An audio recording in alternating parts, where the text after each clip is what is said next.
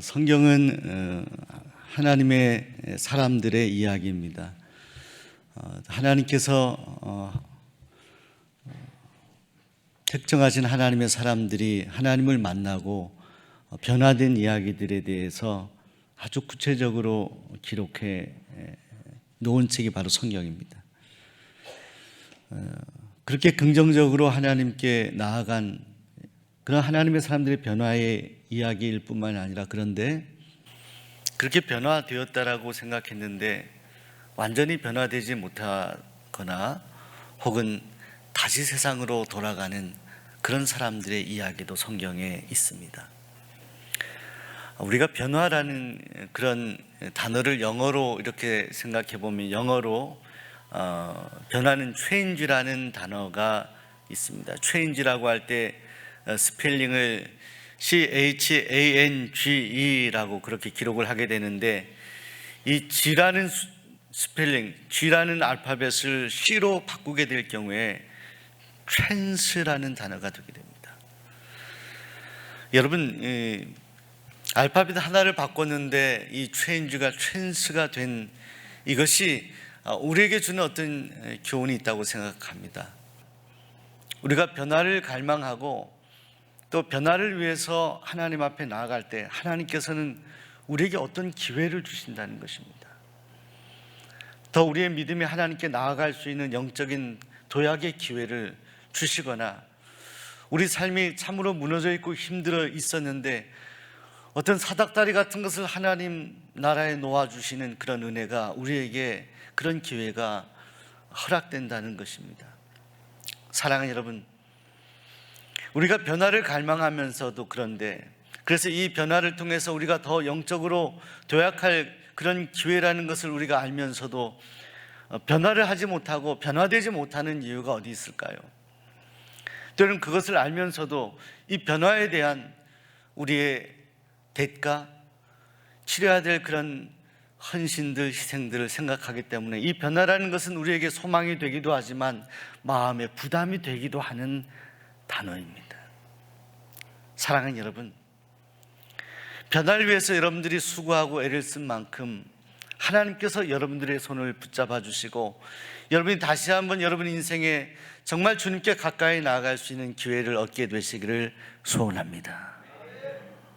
그런데요, 변화를 위해서 어떤 노력도 하지 않았는데도 불구하고 하나님께서 변화시켜 주시는 그런 인생들도 있습니다.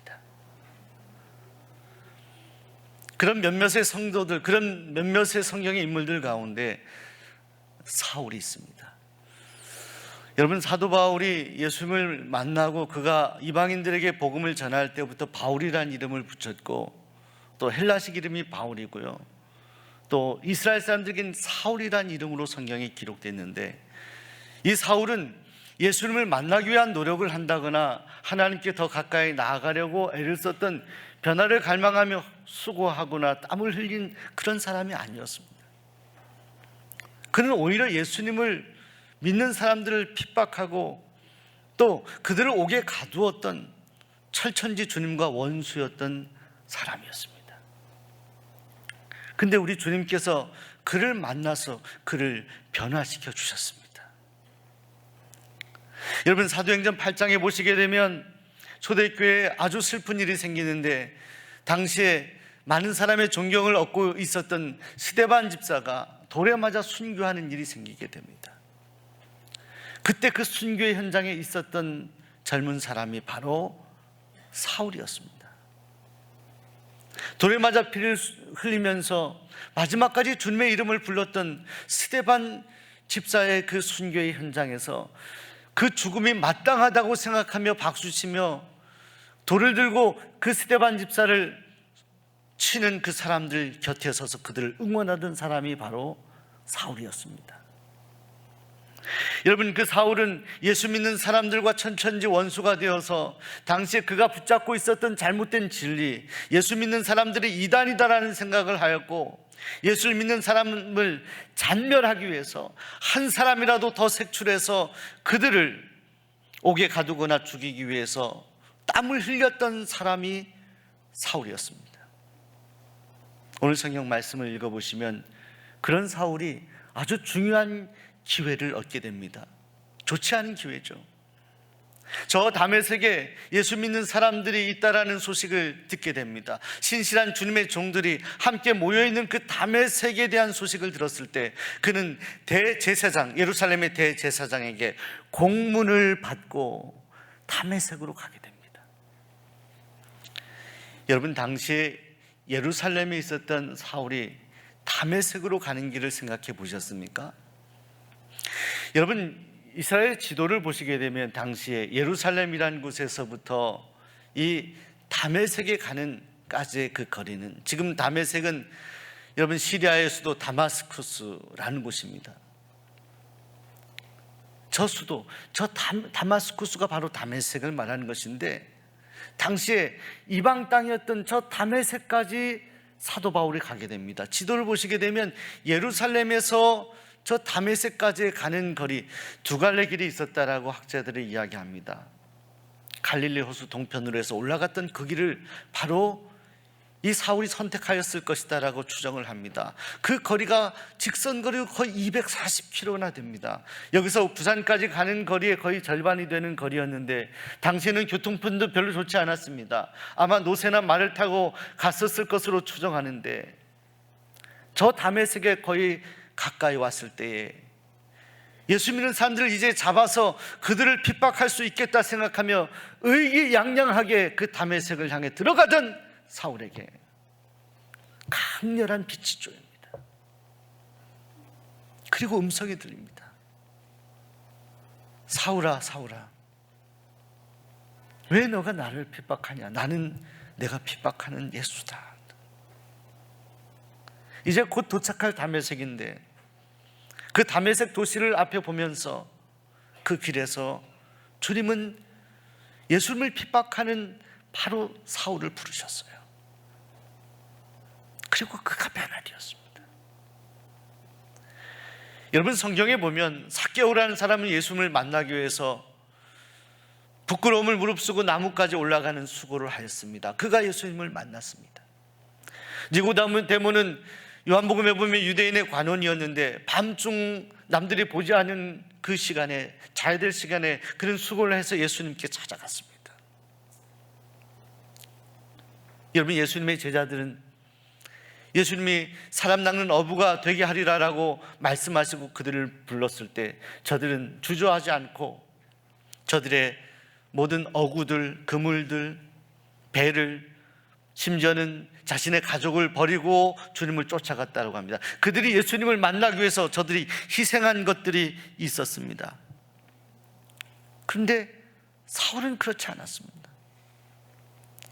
사울은 예수님을 핍박하는 사람이에요. 사울은 예수님을 믿는 사람들을 찬멸하였던, 예수님과 완전히 원수되었던 사람이었습니다. 그런데 그를 주님이 만나주셨습니다. 자, 이 사울의 변화, 이 변화를 우리가 주목하며 오늘 성경 말씀이 오늘 우리에게 주는 영적인 교훈이 무엇이 있을까요?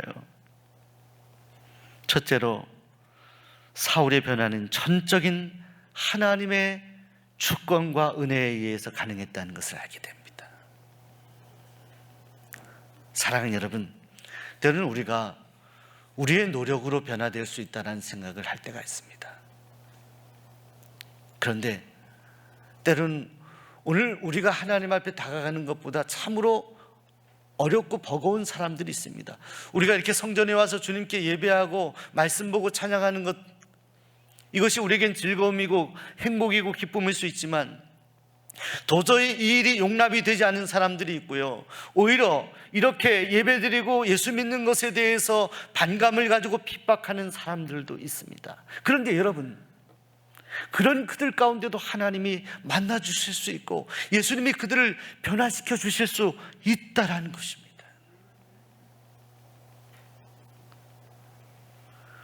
그 변화의 모든 주체가 오늘 우리가 아니라 그 변화의 모든 주권을 하나님이 가지고 계십니다.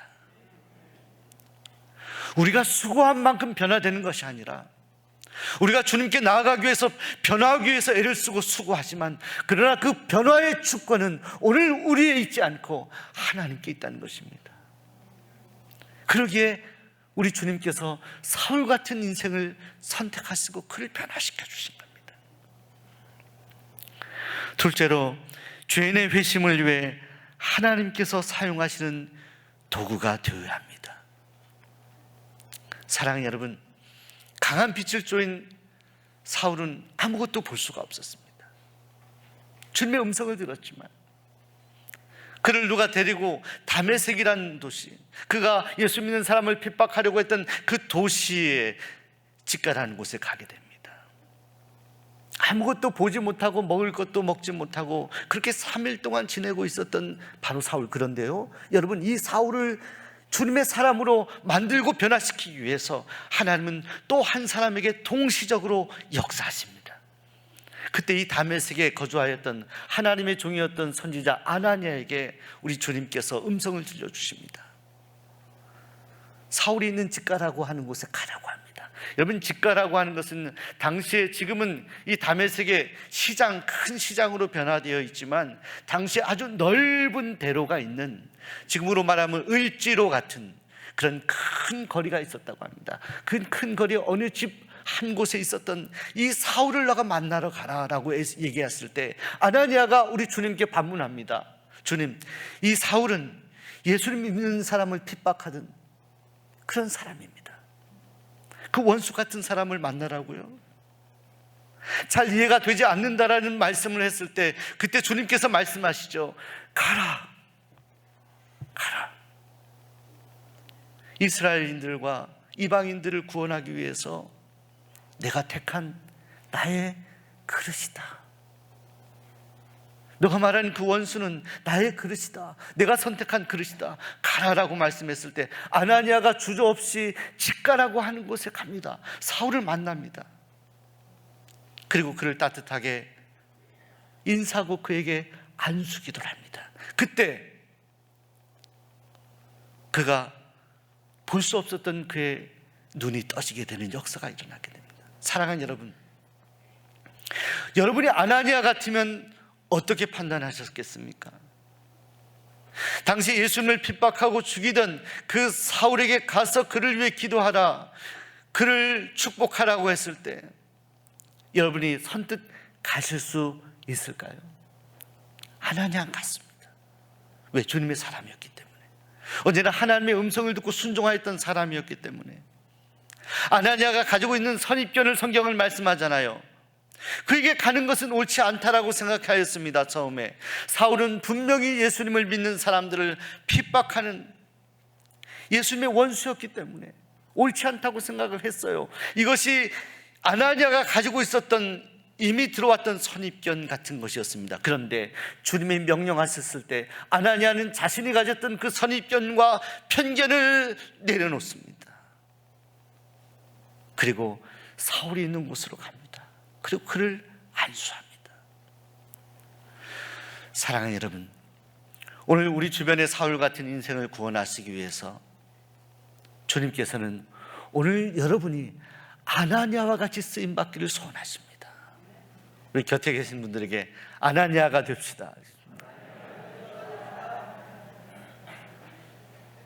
아나니아가 됩시다. 이 발음을 하다 보니까 안 하는 사람이 됩시다, 뭐 이런 발음하고 비슷한 것 같은데, 아나니아는 안 하는 인생이 아니라 순종하는 인생이었습니다. 하나님이 왜 그를 다메섹에 두었을까요? 여러분, 하나님께서는요 공시적으로 역사하시고 시간을 초월해 역사하시고 공간을 초월해 역사하십니다. 금요 성령 집회 때 밤에 전 기도합니다. 11시 반까지 기도하며 여러분이 1부 예배 기도하시고 대부분 돌아간 시간에 2부에 남은 기도 축공대들 한 30여 분 하고 같이 기도합니다. 비전교회를 위해서 기도하고요, 선교사님들을 위해서 기도하고요, 핍절에 있는 성도를 위해서 더 구체적으로 기도합니다. 그때 기도할 때 어떤 마음이냐면, 하나님, 우리가 기도하는 장소는 이 수원 종로교회 이 본당이지만 하나님께서는 시간을 초월하시고 공간을 초월하셔서 우리가 기도하는 그 대상자들이 있는 고통의 자리에 함께 하시고 그곳에서 하나님 역사하여 주옵소서. 그 믿음이 있어요. 그 믿음으로 기도하는 겁니다. 사울이 예수 믿는 사람을 핍박하러 가는 그 저주의 다메섹 도상에서 사울을 만나신 주님께서는 그 사울을 변화시켜 주기 위해 이미 다메섹에 있었던 아나니의 심령 가운데 하나님 역사하잖아요. 그를 준비하잖아요. 이것이 하나님의 일이십니다. 아나니아는 기꺼이 하나님의 음성에 순종하여 사울을 만납니다. 오늘 여러분이 귀한 아나니아 선지자 같은 주님의 종들로 쓰임받게 되기를 소원합니다. 셋째로, 우리 눈의 비늘이 벗겨지길 기도해야 됩니다. 여러분이 기도했을 때, 아나니아가 안수 기도했을 때 아무것도 보지 못했던 사울의, 성경에 보면 눈의 비늘이 벗겨지게 되었다, 떨어지게 되었다라고 말씀합니다. 이 비늘이란 단어는 레피스라고 하는 히라보인데요, 이것은 물고기의 비늘하고 같은 그런 의미의 뜻입니다. 여러분, 우리가 물고기를 잡아서 요리를 하거나 회를 이렇게 먹을 때 반드시 거쳐야 되는 과정이 있습니다. 비늘을 있는 채로 그렇게 끓여서 먹을 수가 없고, 그렇게 물고기를 먹을 수가 없습니다. 비늘을 다 이렇게 제거해야 됩니다. 그래야 그것을 먹을 수 있죠. 사랑하는 여러분, 사울이 다메섹에서 눈이 멀어서 3일 동안 보지 못하고 답답한 시간을 가질 때 얼마나 그가 회개하였을까요? 얼마나 자신의 삶을 돌아보았을까요? 그가 진정 예수님을 바라보았을 때, 발견했을 때 그의 마음이 얼마나 마음이 아팠을까요? 내가 섬겨야 되고 내가 증거해야 될 예수님을 오히려 핍박하고 예수 믿는 사람을 죽였던 자신의 인생을 많이 후회하였을 거예요. 그런데 정작 이 사울을 사용하셨던 것은요, 그의 눈에 비늘이 떨어졌을 때부터입니다. 사랑하는 여러분, 우리 주님께서 우리를 사용하실 때 주님은 다른 거 보지 아니하십니다. 오늘 우리 눈에 있는 비늘이 떨어지길 원하시고, 우리 마음에 있는 비늘이 떨어지길 원하십니다. 주님은 우리를 주님의 도구로 사용하실 때 아직 우리에게 비늘이 있는 채로 주님은 우리를 사용하시지 않습니다. 그 비늘이 떨어지도록 아나니아 선지자를 주님은 도구로 사용하셔서 사울에게 기도하게 합니다. 안수 기도하게 합니다. 사랑하는 여러분, 오늘 우리가 인생을 살면서 항상 주님과 가까이 한다라고 하면서도, 주님의 제자로 산다고 하면서도 여전히 우리 안에 비늘이 있어서 주님이 보도록 하는 것을 보지 못하고, 주님이 우리에게 원하는 것도 온전히 보지 못하고 따르지 못하고 살아갈 때가 너무나 많이 있습니다. 오늘 우리의 영안이 떠지기를 간절히 소원합니다. 여러분, 누가복음 24장에 보시게 되면 예수님께서 부활하셔서 엠마오로 가는 제자들 두 사람에게 나타나 그들과 함께 길을 걸어가며 이런저런 이야기를 나누십니다. 우리 예수님은 예수님의 이야기를 걸어가면서도 예수님이다라고 그렇게 말씀하지 않고 그 두 제자와 함께 길을 가는데요, 한참 대화를 하고 길을 가다 보니까 저녁이 되어서 한 집에 유숙해서 함께 식사를 하자고 그 두 사람이 예수님께 청을 하죠. 식사할 때 떡을 들어 축사하실 때, 주님이 축사하실 때, 그때야 이 두 사람이 함께 길을 걸어왔던 그 사람이, 함께 지금 한 자리에 있는 그 분이 예수님이심을 발견하게 됩니다. 성경에 이렇게 나와 있어요. 그들의 눈이 밝아져서, 그들이 눈이 밝아져 예수를 알아보게 되었다. 여러분, 우리의 눈이 밝아지고 우리의 눈에 비늘이 떨어지기 전까지는 우린 주님이 우리에게 보도록 하는 것을 온전히 볼 수 없고, 우리는 주님이 들으라고 하는 음성을 온전히 들을 수가 없습니다. 우리의 비늘이 떨어져야 됩니다.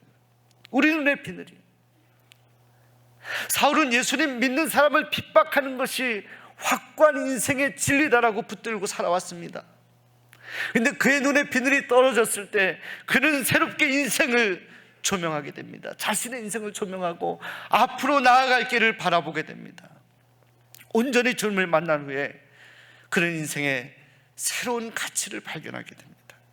예수를 핍박하던 그가, 예수 믿는 사람을 죽였던 그가 예수 때문에 생명을 거는 인생으로 변화됩니다. 사랑하는 여러분, 오늘 여러분이 이번에 1113 새생명 축제를 앞두고 기도하며 누군가의 변화를 위해서 기도하고 있습니다. 네, 여러분, 우리가 생각하기에 과연 저 사람이 변화될 수 있을까? 전도작성서를 쓰면서도, 그 이름을 쓰면서도 내가 쓰기는 쓰지만 과연 이 사람이 변화되어 하나님 앞에 나올 수 있을까 의심하는 분들이 있습니다. 근데 여러분, 하나님의 역사를 믿으십시오. 사울을 변화시켰던 하나님의 은혜를 믿으십시오. 우리가 생각하기에 도저히 변화될 수 없다고 하는 인생의 나락에 있는 그 불쌍한 인생, 저주받은 인생 사울을 우리 주님은 만나주시고 그를 주님의 도구로 사용하셨습니다. 1970년대 김대두라고 하는 2004년에 유영철이라고 하는 연쇄 살인했던 그분이 범행이 드러나기 전까지는 가장 많은 사람을 비참하게 죽였던 17명의 생명을 앗아갔던 아주 원수 같은, 그 사람이라고 말하기 어려운 인생을 살았던 저분이 잡히게 되어 서울 구치소에 수감되었을 때 그가 마지막 사형당하기 전까지 그가 예수님을 만나고 완전히 새로운 인생을 살아가게 됩니다. 그는 그런 이야기를 했습니다. 지금 당장 누가 나에게 큰 회사의 사장의 자리를 주고 편안하게 살도록 할 테니까 예수를 버리라고 그렇게 이야기하면 저는 확실하게 대답할 것입니다.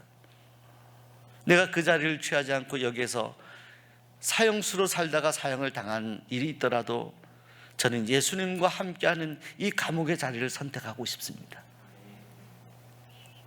그가 예수님을 만났어요. 그런데 여러분, 그 김대두라고 하는 사람이 예수님을 만나도록 도와주었던 한 여인이 있습니다.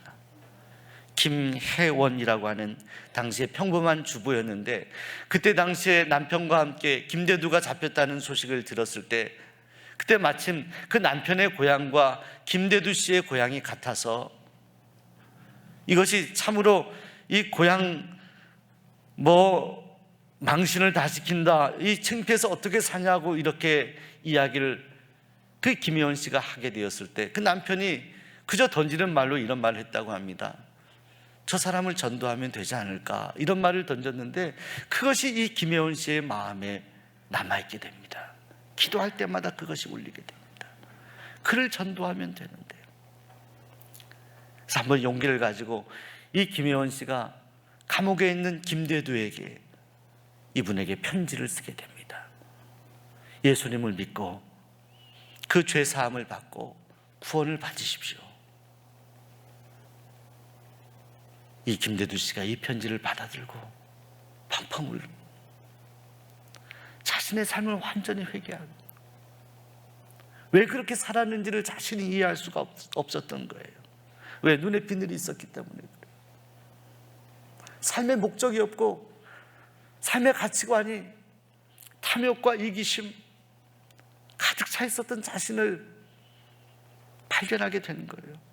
예수님 만나고 그 편지를 읽고 그가 예수님을 영접하고 눈의 비늘이 완전히 벗겨낸 다음에는 감옥에서 사명을 발견하게 되는 거예요. 감옥에서 자신이 자유롭게 살아갈 때 하나님의 은혜와 그 사명을 발견하지 못하고 감옥에서 발견한 그 사명을 가지고 남은 사형을 당하는 날까지 그 감옥에 있는 사람들을 전도하면서 그가 복음을 전하며 형장에서 마지막 예수님을 구주로 고백하며 그가 마지막 사형을 당하게 됩니다. 찬송하며 주님께 가게 되죠. 그가 편지를 김혜원 씨에게 이렇게 적어서 보낸 그 6필의 편지를 제가 읽어보았습니다.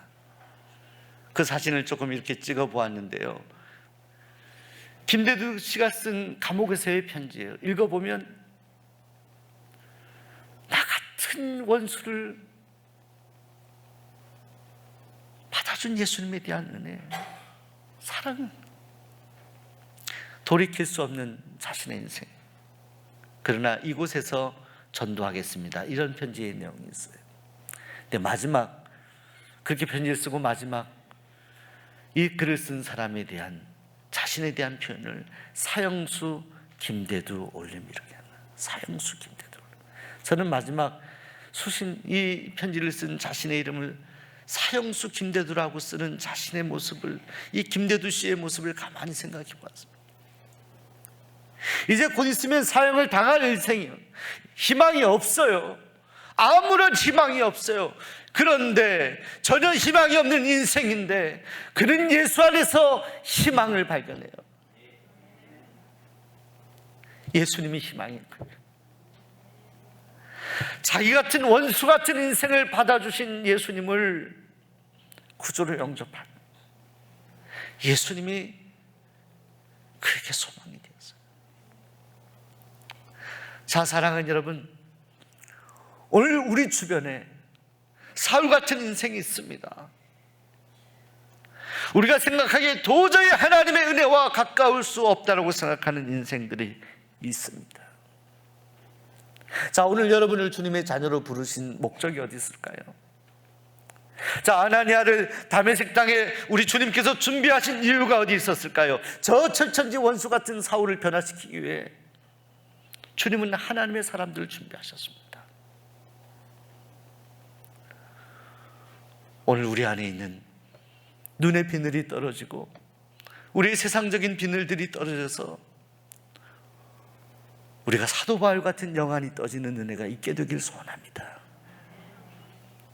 주님이 오늘 여러분을 사용하셔서 정말 천천지 주님과 원수가 된 인생들, 지금도 이 교회를 향해 십자가를 향해 비난하고 손가락질하는 인생들 가운데 하나님이 찾고 있는 영혼들, 하나님이 변화를 갈망하는 영혼들이 있음을 기억하며 그들 위해 기도하며 손을 내밀어 주고, 그렇게 기도하다 오늘 여러분의 심령 가운데 임하시는 하나님의 크신 은혜를 경험하는 주님의 참된 제자들이 되시기를 소원합니다.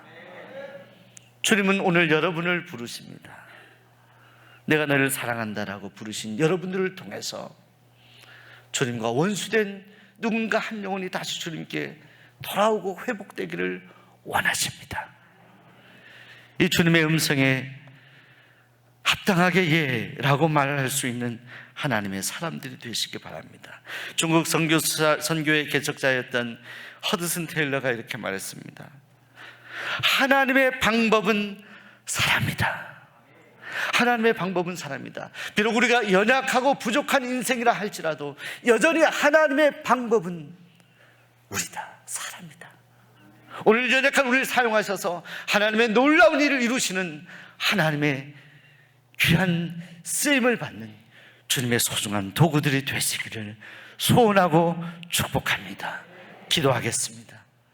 하나님,